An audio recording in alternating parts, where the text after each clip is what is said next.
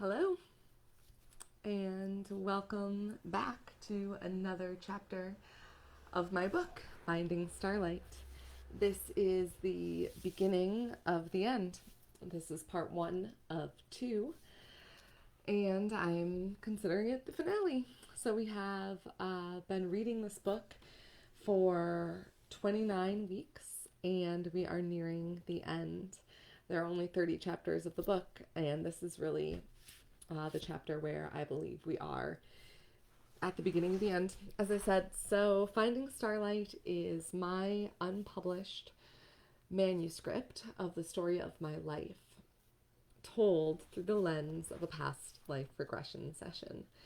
And I've been reading it aloud to you all on Facebook and Instagram Live and sharing it to my website, brittanyboles.com, as well as my Magical Yoga YouTube page for long before the pandemic began, starting back in 2019 when things were still good and hopeful for the future, which is kind of appropriate for what the book is. So there have been a lot of personal things shared, a lot of relationships and life circumstances and traumas, and some magic along the way. And all of this is my story, and I don't know how to teach or share in any other way other than authentically and vulnerably and honestly. So, thank you for being with me on this journey. Thank you for following along, watching, commenting, sharing. Thank you for telling me how much this has affected you in some way. And thanks for just loving me. We aren't discovered or signed yet, so I imagine that we will finish this book next week with the actual finale. But for now, part one of two of the end of Finding Starlight by me, Brittany Boles. Again, prior chapters are available on my website. So let's get right to it. Demigod, chapter 29 of Finding Starlight. I was in a meadow in the woods on a warm summer day. It almost felt like Earth, as I imagined it would have been a long, long time ago. Tall golden grass swayed in the breeze, creating textured threads of light over wildflowers. I turned in a circle, feeling at once deeply content and curiously watched. But by whom, I wondered, peering at the trees. They made a sound like breezy laughter. A flock of birds flew from that direction, creating an otherworldly rustling. Branches parted from the center of the woods like a crowd moving aside. The forest was at once a flutter and quieting. Toward the commotion I walked, overcome with a sense of familiarity and longing. An anticipatory hush fell over the landscape as even the breeze paused. The sun was warm and bright on my skin as I breathed in the scent of untouched, wild, thrilling, and calm. From the shade of the trees emerged a creature mythology might have called a demigod. Part man, he walked upright, but his two legs ended in hooves. Antlers with as many prongs as branches of a sacred oak adorned his otherwise human head. His hands were held behind his back so that his broad, bare chest was forward in a sign of strength and vulnerability. Tanned skin met velvet hide where torso became hips. Red-brown hair cascaded down his back, tucked loosely behind very human ears. When he smiled, I knew. His lips were my own full, wide expression over bright, white teeth. Round, high cheekbones emerged beneath infinitely kind brown eyes.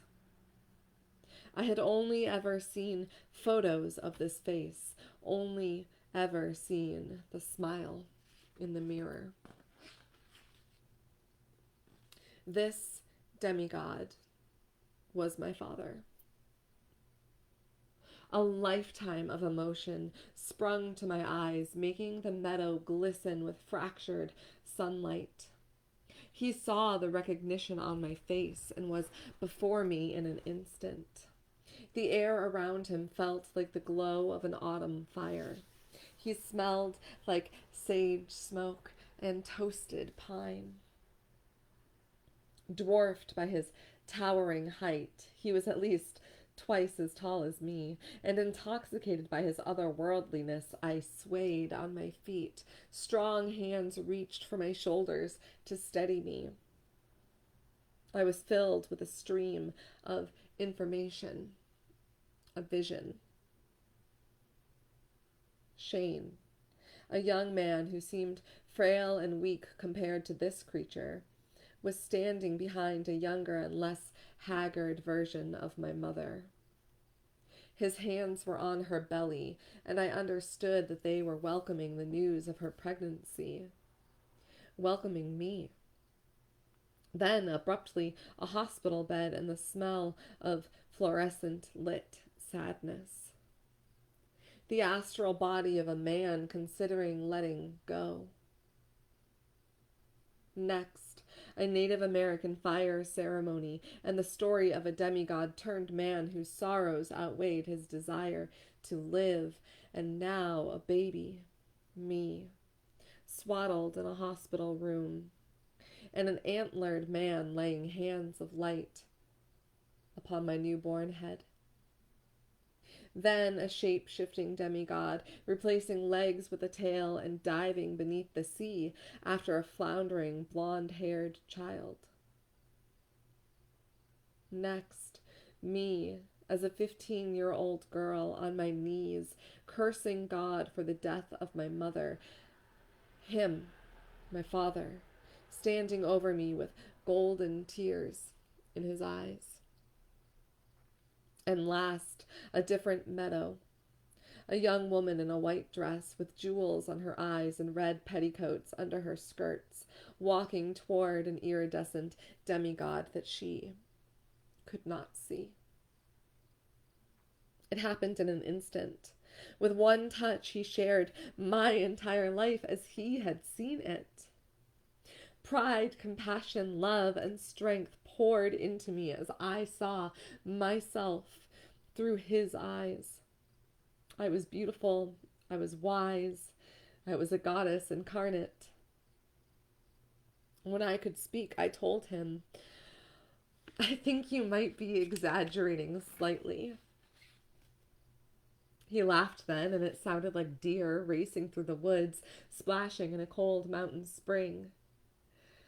The brown of his eyes glowed golden, like sunshine through an October canopy, and his scent flared like a green log on the fire. Demigods do not converse in hyperbole, he said. No, I agreed, smiling. He spoke just as I'd always imagined he would, like a sage and a poet. You just exist in it. I wanted him to laugh again and was pleased when he did. It was like I'd known him my entire life, which I supposed I had in a way. All the anger and betrayal I had expected to feel if I ever got the chance to meet him was gone, replaced with an amiable comfort and curiosity. I wish this moment could last forever, I thought. As though he'd heard me, his smile flashed a trace of sadness. Would you like to sit? He asked, gesturing at the ground. Without ceremony, I plopped myself onto the warm grass at his feet, and he smiled again and folded his long limbs to join me there. We have only a short time by your measure of We have only a short time by your measure of such things, he said, now thankfully closer to my eye level. I no longer had to stare up at him. Where are we? I asked, not ready to go into the deeper, heavier stuff. This is my home, he answered. It is a realm that is at once close to and inaccessible from your own, except in certain circumstances. Does it feel familiar? I smiled. He knew that it did. This is a place I go to meditate in my mind, I suppose. Or it's a place I dream sometimes. It's my sunny meadow, I said. Your sunny meadow? He joked. I nodded, grinning like a child. This is an ancient place, he explained. It is Earth, but it is not. This is a sacred refuge for people like me, who have been expelled from our own realms by those who refuse to accept or believe in our magic, as you would say. I care for these ancient beings and our children who still walk upon the many earths. People like you? I asked, nearly bursting with suppositions. Are there unicorns here? Fairies? Dragons? Oh my gosh, what else? He laughed like a rushing spring again. Is that really what you want to spend our time discussing? Yes, I practically shouted. My father lifted an eyebrow and settled into what he hoped was a stern expression, but what was clearly a suppressed smile.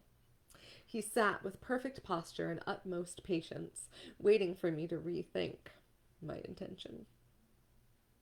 Finally, I said, no, not really. I just don't know where to begin.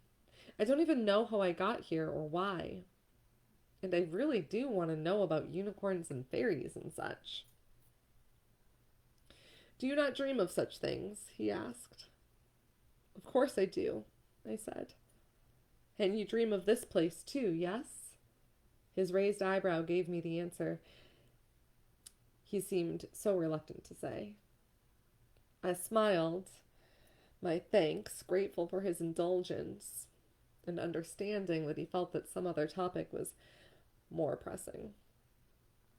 So, I followed his prompts. Why am I here? You came here with questions, he replied, and I intend to answer some of them. Like, why did you leave me? I blurted. I felt my cheeks burn with embarrassment for being rude, but my heart was burning too, and it was stronger, so I dared myself to meet his eyes. They were warm and kind. There was a man who needed you more than you ever needed me, he said. My dad? I asked. Yes, he answered, and then said, I was never meant to be on that earth for long. My spirit did not thrive there. I did what I had come to do, and you were part of that. And then I had to go, to return to my truer nature. This form you see here, now, this is my best service to you and to your sisters and brothers on earth. Your dad, the man who took the place that I could not keep, is and was a gift. His life has not been easy, but in it you have shone as a beacon of joy. I know that he hurt you. I have been here with you all your days and have seen what you endured.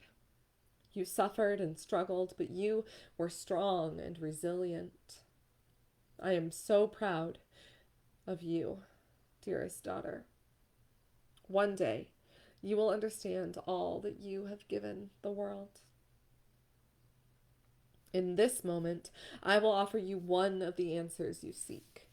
Even if I could give you all the wisdom you request, I wouldn't do you such disservice. But today I will tell you this. You chose to come into earth as my daughter, and as the daughter of your mother, to serve your highest expression. You inherited my intuition, magic, wisdom, my lineage. From your mother you have spirit, gumption, fire, passion, strength. I frowned and opened my mouth to speak, and holding up one hand to stop me, his furrowed brow matched my expression. And he continued his monologue. Yes, strength, The violence and tragedy you endured with your mother was your sole choice, in your soul contract, written before you incarnated. You desired to know pain and suffering early in your life, knowing that you would rise up with empathy and compassion rather than hatred. You know darkness well, my dear, so that you may shine into it. Your mother was consumed by pain. She absorbed from her own mother and hers before and all the persecuted women before them. She was unable to transmute the pain while she lived on your earth, and thus she transferred it to you. But you, my child, held on to your crystalline awareness. You did not become the pain. Instead, you saw it for what it was and offered willingly to carry it. Not to be it, just to carry it. Energy is neither destroyed nor created. It only changes form. And you found a way to transform this collective burden into empowerment, into light energy, into inspiration. That is the gift of transmutation. That is the power of your light. Your light was tested in fire and honed by despair. To the depths of darkness you have sunk, so too does your spirit fly. The space between is capacity, and yours is vast. That capacity is what allows you to love your dad. He sees himself as a monster, the troll of your imagination, the curse and scourge of his family. He is a broken being who fears. He is undeserving and incapable of love.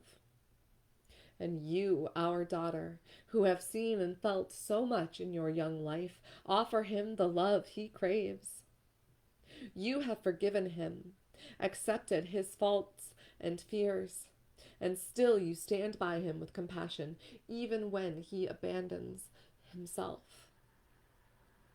As much as he was a gift to you, your contract with him is not about the things he did or did not offer you. You, Brittany, my love, are the offering. Your heart is strong enough to carry his, and you do so with grace. You see, as much as you wanted and wished for me to be your dad on earth, I know that you felt me here, in this realm, by your side. Every time you imagined that I came for you, I did. When you were nearly lost at sea, it was my spirit that gave you the choice to breathe again. Every thought you sent to me, I heard. At night before you slept, I watched over you. When I could, I met you in dream world, in this place, to guide and protect you. I love you, daughter. And now you know, this field is not far from where you live. I am watching, offering what guidance I can, and cherishing your journey in a way that transcends any fatherhood I had on earth. Your dad is someone else. It was never a role meant for me. But to be your father, your friend, and your dream guide will continue to be my greatest joy and honor. His hands had moved over his heart, like he was swearing a solemn vow. When he was finished speaking, he sat unmoving, looking at me with patience and pride. My heart was pounding like a drum. Heat came up both from the ground beneath me and from the sun above.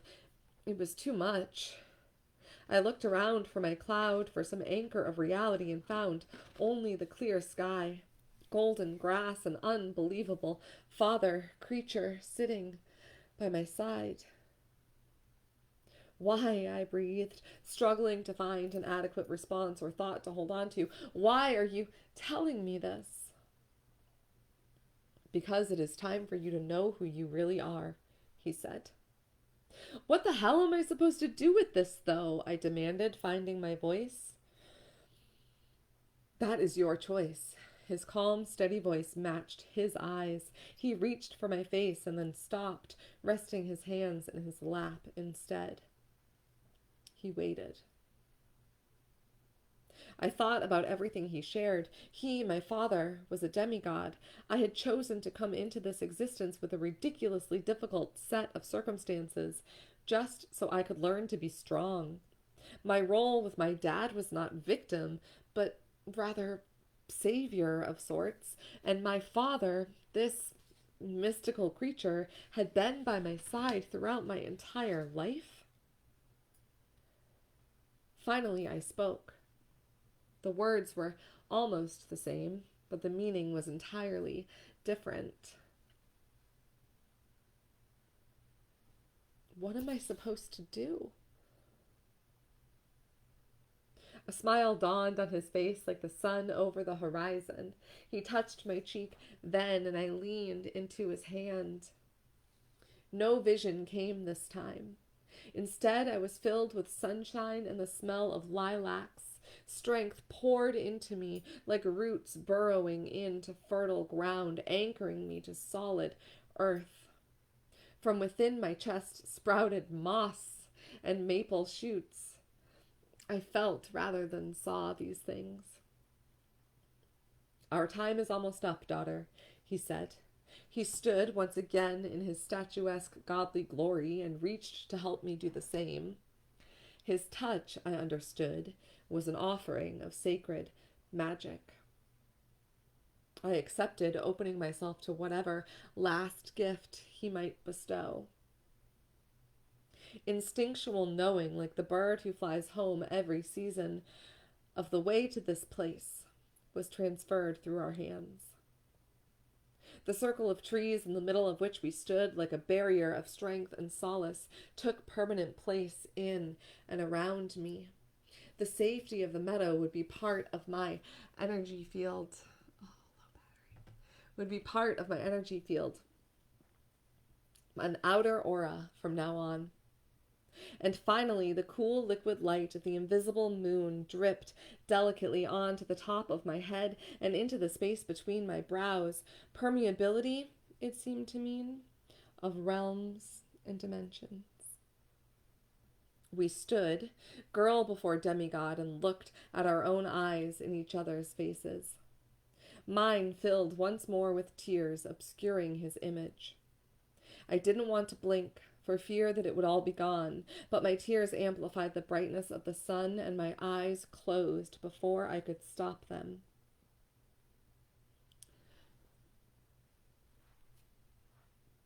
I awoke in a different forest, in a different realm, with a fairy instead of a father.